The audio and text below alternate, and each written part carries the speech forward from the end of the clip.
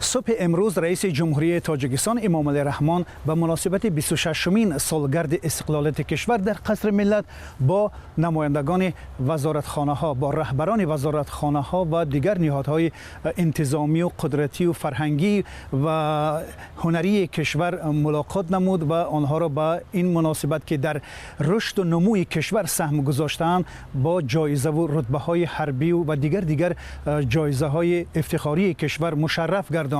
به این مناسبت رئیس کمیته دولتی امنیتی ملی سایموъمин یتیموف با رتبه حربی گنرال-полковник و وزیر کارهای داخلی تاجیکستان رمضان راҳимзода به عنوان رتبه حربی گنرال-полковник میلیتسیا و یوسف راҳмон دادستانی کل تاجیکستان به عنوان یعنی به رتبه گنرال-полковник عدلیه مشرف گردانیده شدند.